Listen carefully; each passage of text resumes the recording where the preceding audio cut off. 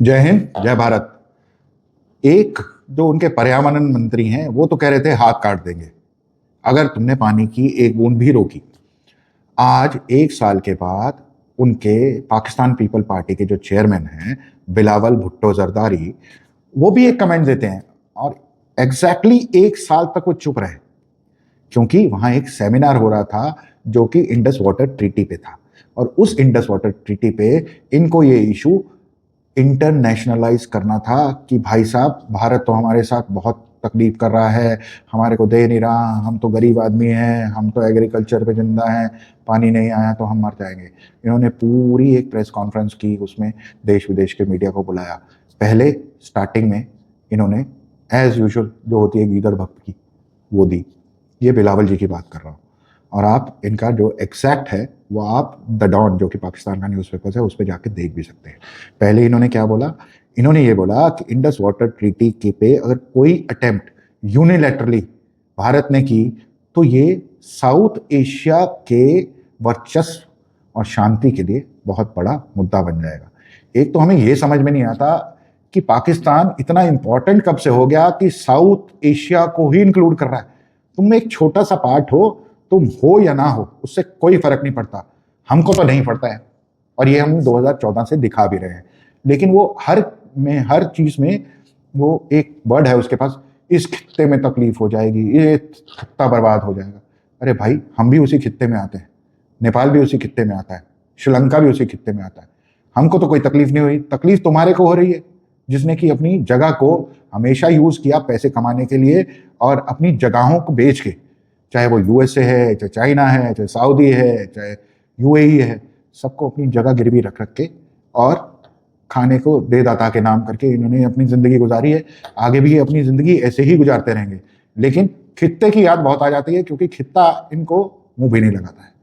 आज की डेट में इंडस वाटर ट्रीटी को मुअत्तल या अबेंस में गए हुए एक साल से ऊपर हो गया है। ये सारी जगह सर पटके है। ये इंटरनेशनल कोर्ट ऑफ लॉ में गए, हेग में, वहां पे भी इन्होंने किसी तरह फैसला करा लिया। भारत ने बोला नहीं, हम नहीं करेंगे। वर्ल्ड बैंक के जो करंट हेड हैं अजय बंगा, जब उनसे ये सवाल पूछा गया कि आप इंडस वाटर ट्रीटी में मीडिएशन करेंगे, तो उन्होंने कहा ये हमारी कोई रिस्पॉन्सिबिलिटी नहीं है।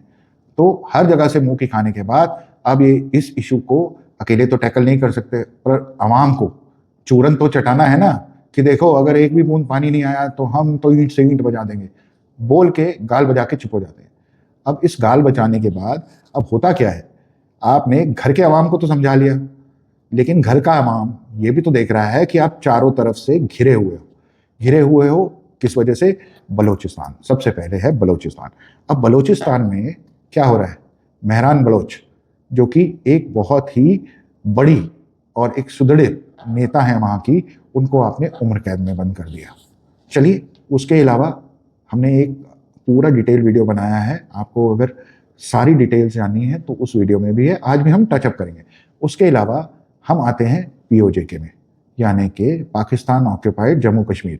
उसमें इन्होंने JAAC जो कमेटी थी उसको टेररिस्ट ऑर्गेनाइजेशन डिक्लेयर कर दिया, क्योंकि वो प्रोटेस्ट कर रहे थे। उनको चाहिए क्या था? उनको चाहिए था कि साहब, आप हमारे को जो हमारी बिजली है, पानी है, खाना है, वो महंगे दामों पे मत दो, हमारे को भी एक पार्ट समझो और हमारे को भी करो। क्योंकि officially POJK is not a part of Pakistan. और ये आज हम नहीं कह रहे हैं, ये वहाँ की पार्टी के एक लीडर है सरदार अमन खान। ये सरदार अमन खान बोलते हैं अपनी तकरीरों में या अपनी स्पीचेस में, उन्होंने ये बोला है कि पाकिस्तान का हमारे पे कोई अधिकार नहीं है और POJK ना पाकिस्तान का पार्ट था ना है। और जिस तरह से इन्होंने हमारा दाना, पानी, फ्यूल, इंटरनेट सब बंद करके रखा हुआ है, क्योंकि वो बॉर्डर से पार ही नहीं आने दे रहे। और उनके जितने भी पार्टीज के नेता हैं उनको जबरन अरेस्ट करके कहीं अलग जगह पे रखा हुआ है। अब वो कह रहे हैं कि हमें इतना भी मजबूर मत करो कि हम जो दूसरा दरवाजा अवेलेबल है हमारे पास वो खटखटाएं, क्योंकि अगर हमने वो दरवाजा खटखटा दिया फिर वापसी का कोई रास्ता नहीं रहेगा। वो जो दरवाजा खटखटाने की बात कर रहे हैं वो है भारत का दरवाजा, क्योंकि भारत भी बोलता आया है कि POJK is an integral part of India, it always will be a part of India. और जो दूसरी जो इनकी शिकायत है वो है कि 12 सीटें इन्होंने बाहर के रेफ्यूजीज के लिए रखी हुई हैं। उससे ये पीओजेके की सरकार कभी भी अपने पक्ष की उन 12 सीटों के हिसाब से टर्न कर देते हैं। तो वो जो मांग रहे हैं ये एक दूसरा है। उसके अलावा सिंध अलग से बॉयल पे है, कराची, जहाँ के कराची में सिंधु देश की आवाज़ उठ रही है। और केपीके वो तो भाई साहब तहरीक तालिबान पाकिस्तान की गिरफ्त में ही है, क्योंकि वो बॉर्डर लगता है अफगानिस्तान से, और अफगानिस्तान वाले बोलते हैं ये तो हमारा ही पार्ट है, क्योंकि वो ड्यूरेंट लाइन को मानते ही नहीं। और ड्यूरेंट लाइन अभी बताते हैं इसको। और अब जो है, अब हम आपको ले चलते हैं जो अभी हुआ है।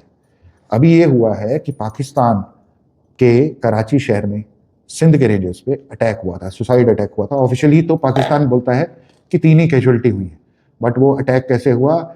एक बारूद से भरी हुई गाड़ी उन्होंने हैवी फोर्टिफाइड गेट पे उड़ा दी, और उसके बाद 4 से 5 गनमैन अंदर घुस गए और उन्होंने अंधाधुंध गोलियां चलाई। उसके बाद भी अगर 3 ही मरे हैं इनके फोर्सेस के आदमी, तो हम बोल सकते हैं कि भैया अल्लाह की रहमत है तुम पे। बाकी अनऑफिशियली डेटा तो कुछ और ही आ रहा है, लेकिन जब तक वो कंफर्म नहीं होता हम उसके बारे में नहीं करेंगे।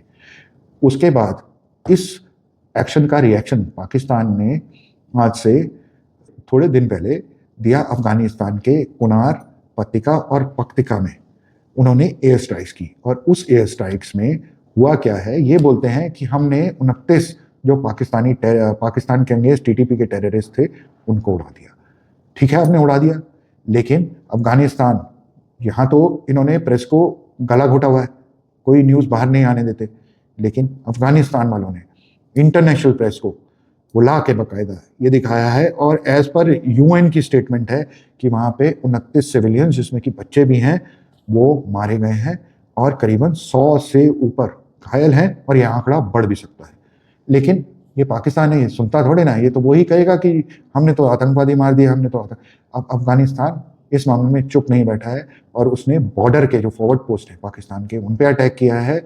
और क्योंकि अफगानिस्तान के पास एयर पावर नहीं है, यानी कि उसके पास जेट्स और उसको चलाने की तमीज़, तहजीब और एजुकेशन नहीं है, इसलिए उन्होंने ड्रोन्स उड़ाए, और ड्रोन्स पे लेके उन्होंने अटैक किया वजीरिस्तान पे, और वजीरिस्तान जो कि केपीके में है, और बलूचिस्तान के सेरान शहर में एक स्कूल पे भी किया। और उन्होंने ये बोला है कि हमने ये जो अटैक किए हैं ये वहाँ के जो ISIS खुरासान डिवीजन है, ISIS तो आप जानते ही हैं, खुरासान वो चैप्टर है जो कि एशिया को लेके बोलता है कि हम अपना वर्चस्व इस्लामी दुनिया का कायम करेंगे, और ये इनडायरेक्टली कंट्रोल करता है ISI।